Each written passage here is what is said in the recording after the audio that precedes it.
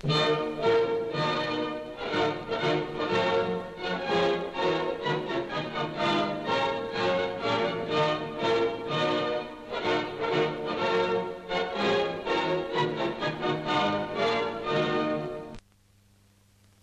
morning at about noon, HMS Warspite, accompanied by a strong force of destroyers, advanced up the Narvik fjord and shattered 4 out of the 7 German destroyers which were sheltering in the bay. In the Indian Ocean, HMS Leander, a cruiser of the New Zealand squadron, has caught a fast Italian merchant ship acting as a commerce raider. The fleet air arm has struck at Taranto.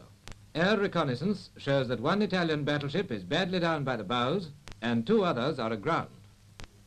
We overtook one of the convoys which carried the munitions and supplies of the New World to sustain the champions of freedom in the Old. The whole horizon, whole broad horizon, seemed filled with ships. These widespread operations are examples of the way in which the Navy is organized to be in the right place at the right time, to counter every enemy move, to attack him and defeat him in every ocean. This organization has grown up from the grouping of ships at strategic points to protect our trade routes. These bases are the centers of all naval activity. Fleets may have their headquarters there, or units with roving commissions may use them for refueling and re-equipping. But whatever the duty or the station, ships and bases all are part of one vast naval web whose center is at the Admiralty in London. It is from the Admiralty that the strategic movements of fleets are controlled. For example, plans had to be put into operation to intercept the Bismarck when aircraft reported that this Nazi battleship had left Bergen. There were 3 ways she could reach the Atlantic. The Navy prepared for each of these possibilities by the dispatch of ships and by naval and aircraft patrols. So when the Bismarck was sighted off Iceland, the commander-in-chief of the home fleet brought in his forces one after another. First, the nearest units attacked the Nazi ship. Then, when she was lost, aircraft searched for her. And finally, when she was found again and disabled by destroyers and aircraft, the battleships came in and finished the job. The sinking of the Bismarck depended on 2 things: strategy, that is, the grouping of naval and air units before battle, and tactics, the maneuvering of units in battle. We have seen how strategy helped to sink the Bismarck. Let us see what we mean by tactics. Naval warfare no longer takes place only on the surface of the sea, but underwater and in the air.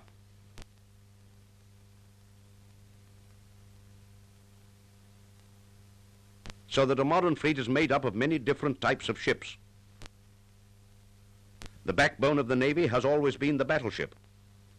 The modern battleship is armed with heavy guns which can fire more than 15 miles.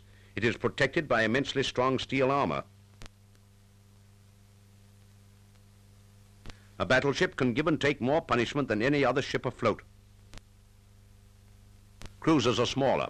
They have less armor and less powerful guns than battleships. Because of their speed, cruisers make effective commerce raiders. They have recently been very active in the Mediterranean, where they have crippled and destroyed enemy convoys. But there are many other jobs for which cruisers are well suited.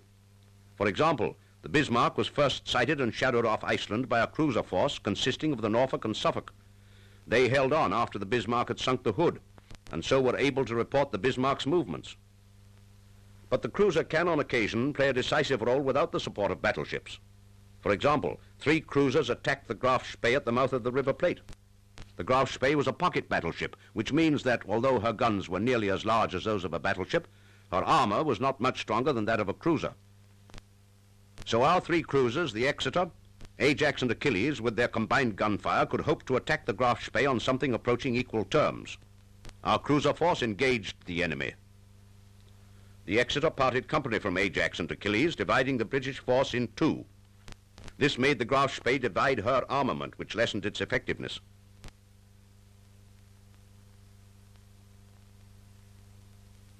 Caught in the fire from our cruisers, the Nazi pocket battleship was badly damaged and made off for a neutral coast, where she scuttled herself rather than face a renewal of the engagement. But in the Matapan action in the Mediterranean, our battleships were in the offing and cruisers played the part of decoys. Air reconnaissance showed the Italian forces to be a battleship, and some miles away, 6 cruisers. Our cruisers made contact with the Italian light force and decoyed them towards our battle fleet. When the Italians turned, we shadowed them. But sighting the Italian battleship, our cruisers turned out of gun range and again tried to decoy the Italians towards our battle fleet and that hornet's nest, the aircraft carrier. Flights of torpedo-carrying aircraft were launched to attack the Italian fleet. These torpedo attacks damaged the enemy ships and slowed them down. This gave our battle fleet the chance to catch up and to get within range at nightfall, when we sank at least 3 heavy cruisers and 2 destroyers without the loss of any one of our ships. The aircraft carrier is the great new naval weapon. She is as fast as a cruiser but only carries small guns for defense. Her offensive power lies in her torpedo bombers and her fighter aircraft.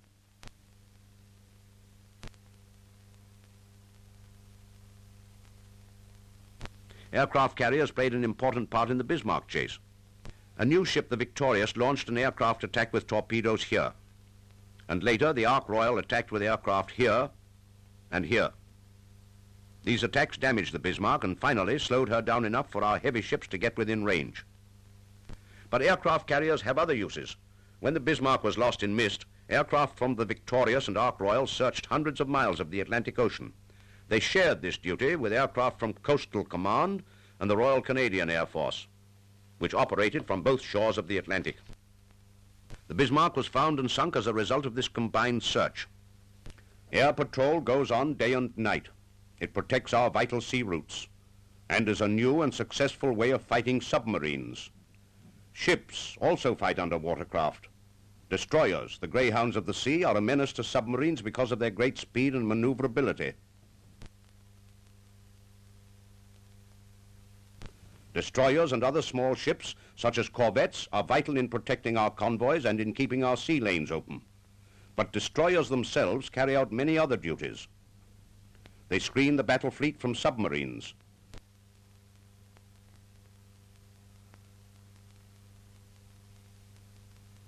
They attack the enemy battle fleet with torpedoes. They beat off the attacks of enemy destroyers. Destroyers are, in fact, the maids of all work of the Navy. A modern Navy is made up of 101 different craft.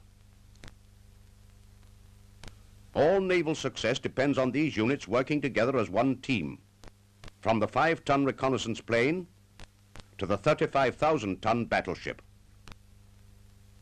These are some of the tools with which we shall finish the job. The Navy is a mighty weapon in the hands of the men who plan the strategy and of the men who carry out the task of seeking out and destroying the enemy wherever he may be found.